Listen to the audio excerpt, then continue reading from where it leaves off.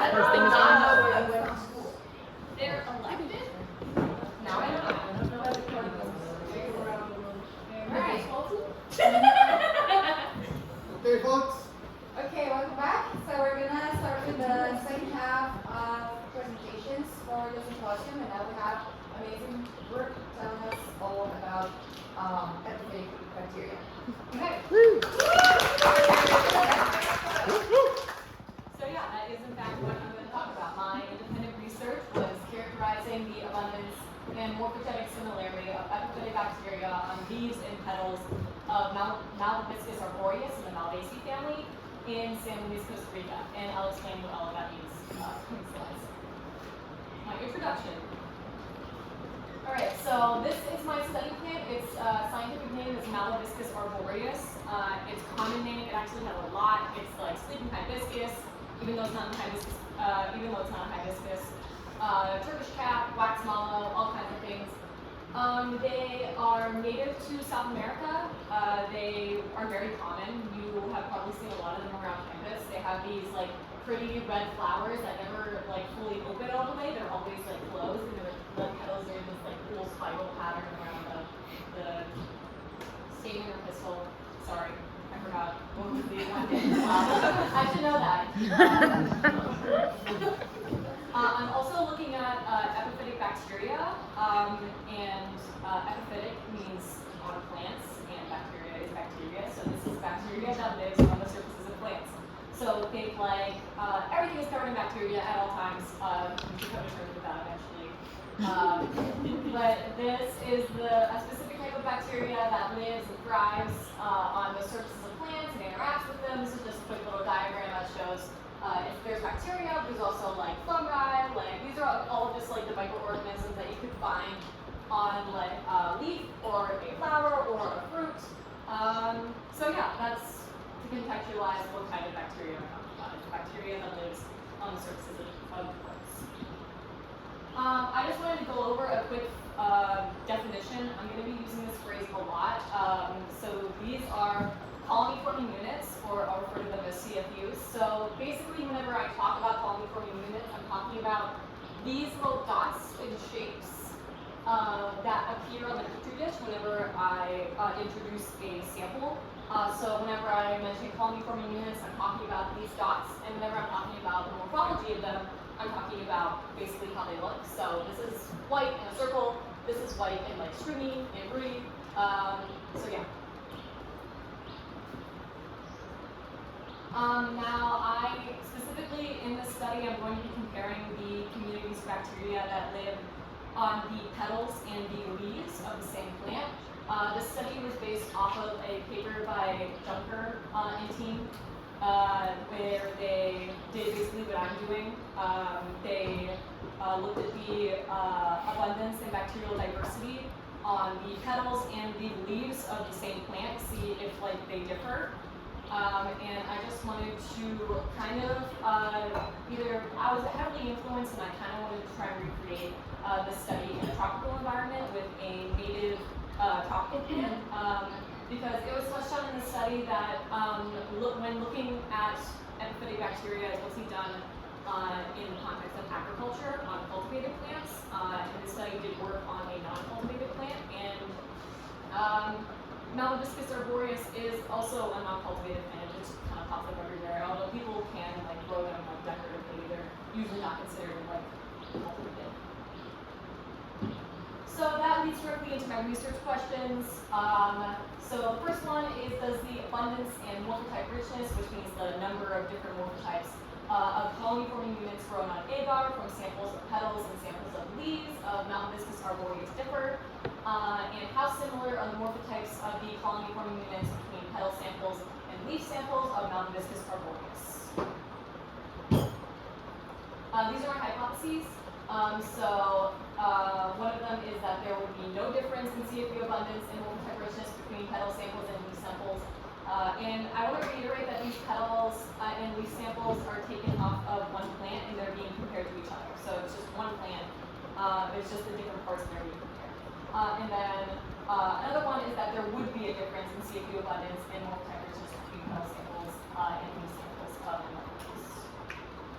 And here are my predictions. I believe there will be a significant difference in morphotype richness between petal samples and leaf samples, with petal samples having a higher richness. And I believe there will be a low similarity in morphotypes present between petal samples and leaf samples. And I wrote the top prediction wrong. I actually predicted that leaf samples would have a higher richness, so I should have looked over that. But remember, leaf samples is higher diversity and richness is what I would expect. Don't listen to the slide. I also think there will be no significant difference in CFU abundance between petal samples and leaf samples. Alright, here is how I did all of this and what I used to do it. So my study site, as with a lot of other people in this room, was San Luis, Costa Rica, on and around campus, mostly around anthropogenic gaps, like roads, trails, around campus where it's like clear around buildings. That is just where I mostly found Methodist Aureus, and where they were most easily sampled. Okay, so how I sample the plants themselves. And I want to reiterate that this is bacterial work, so I literally sterilized like everything with 75% ethanol solution, just make sure everything, there was no other bacteria that could be entered and possibly slay the data, so everything was sterilized. Basically, I went up to around 8 shrubs with M. arboreus at random, just around campus and like within a 30-minute walk. I took 1 flower, which has 5 petals and 4 leaves from each plant. And then per petri dish, I took 2 samples. So I basically either cut a petal in half or took 2 cut samples of 1 leaf. So per leaf and petal, there were 2 cut samples placed onto the petri dish. And I added this picture because the petal on this one looks like a little heart.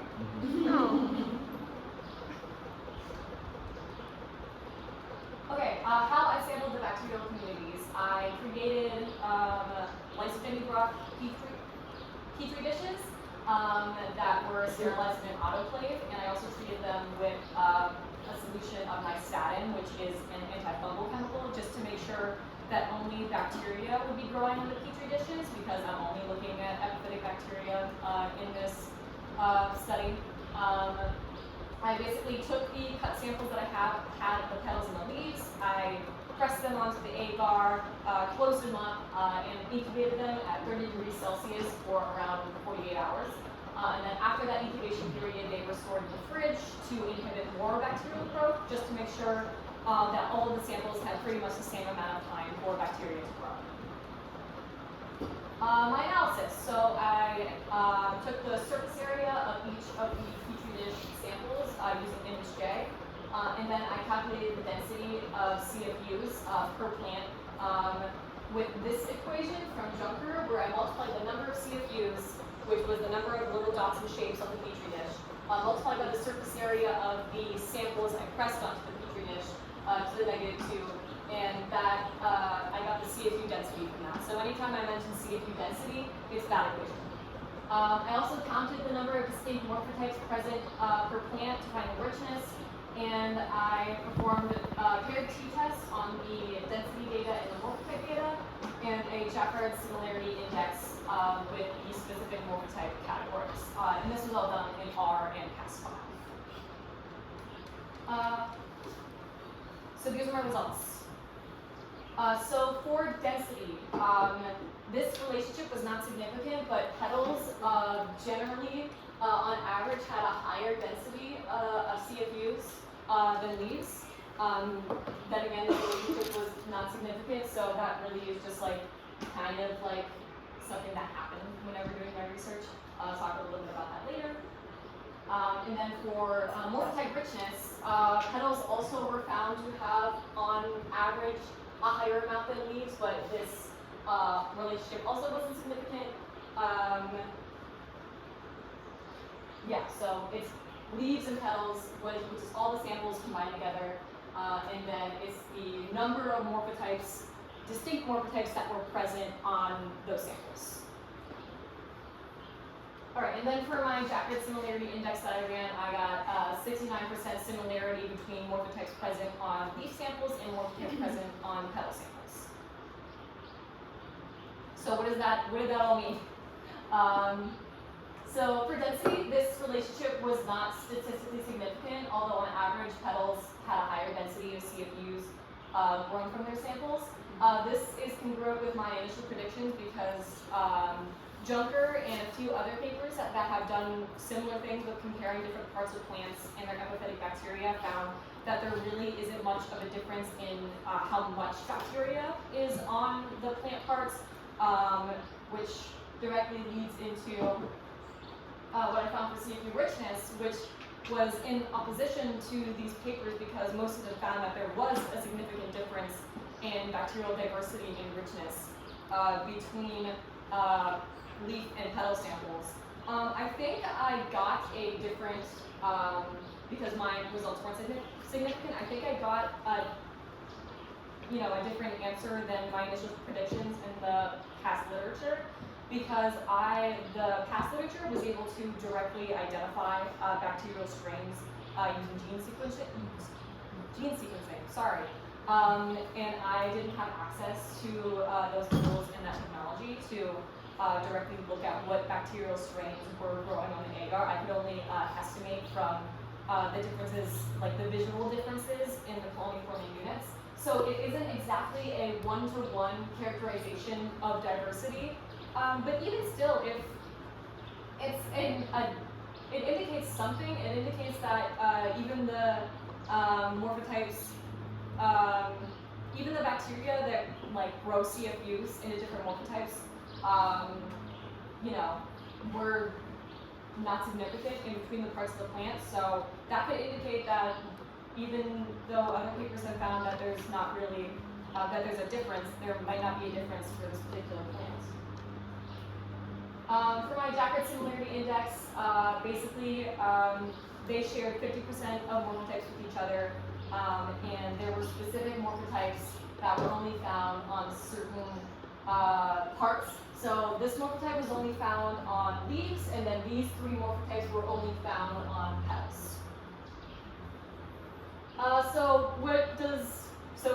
What's the deal? What's the point?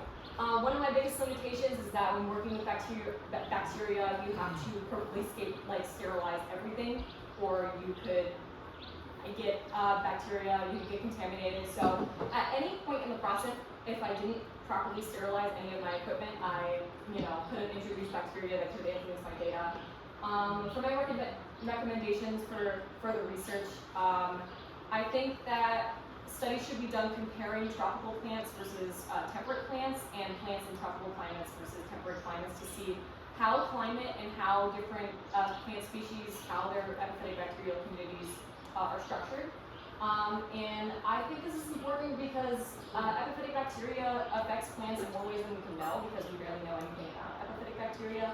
And the tropics has an incredibly high diversity of plants, so that could, in theory, lead to a higher diversity of epiphytic bacteria that we know nothing about. There's a whole other world with plants that we don't really know much about. I would like to acknowledge all of you. I would like to acknowledge Anna and Audrey and Miguel, my great professors. I would also like to acknowledge Deanna as my lab monitor. She taught me how to do literally everything with the agar and all that jazz. So thank you all very much for listening to me.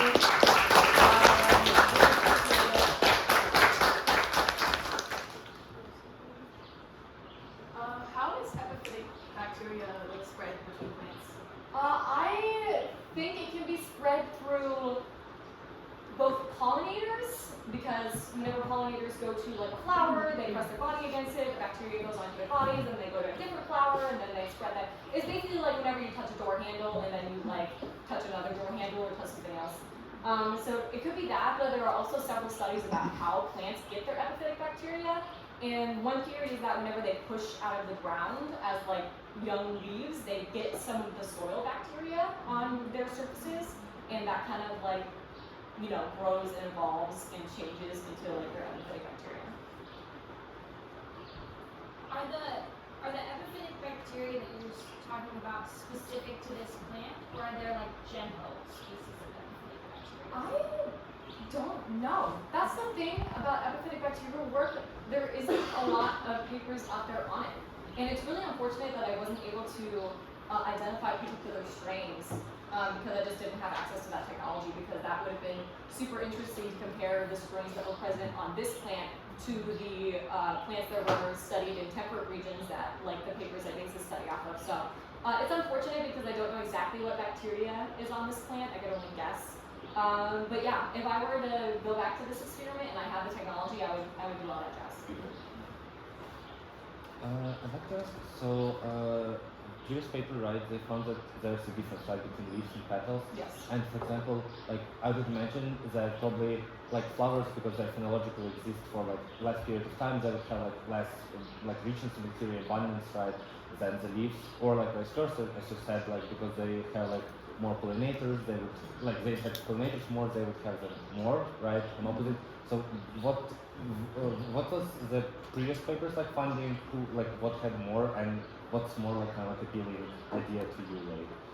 Yeah, so it was actually super interesting. The past papers found that flowers actually had less bacterial diversity. The two papers that I looked at both found that, and their theories were that because flowers have like scent compounds and color compounds in their petals, those traits could, in their chemical composition, could maybe have antibacterial properties to protect the nectar that they're delivering to pollinators and their like reproductive system. So that was their theory.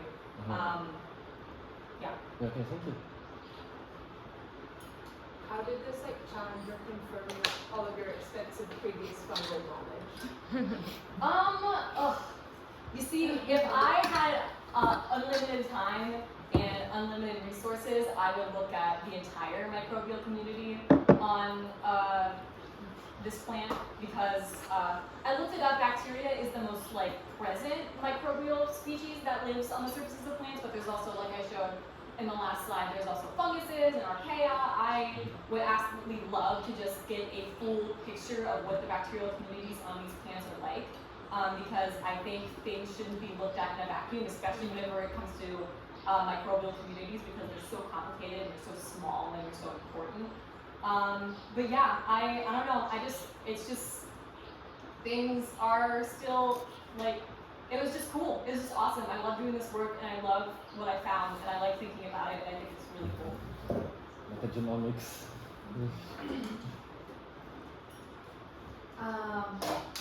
So what was your favorite thing about the project? Because it included a lot of lab work, Yeah. right? And very like being very careful with how you sterilize everything. And I don't know, how do you? I don't think I ever asked. Maybe I did. But if you have done like similar lab work before, or I really haven't done anything like this before. I never really worked with bacteria. I never really worked with petri dishes, and I had a blast. It was so cool because like I really don't mind doing lab work. Just even like the minutia of it, like wrapping the petri dishes with parafilm. Because I would just listen to music, and then I could just like wait. Like the coolest thing out of all of it was like starting with empty petri dishes with my samples, and then coming back 2 days later, and there's all of this like crazy stuff growing on it that I just like can't even like, hold on, let me get my pictures of like all of this crazy stuff that like looks so different and interesting, and just like seeing that grow and like it was nuts, because this is on everything. This is on you. This is on the tables. This is on the air. All this crazy stuff, and it's awesome.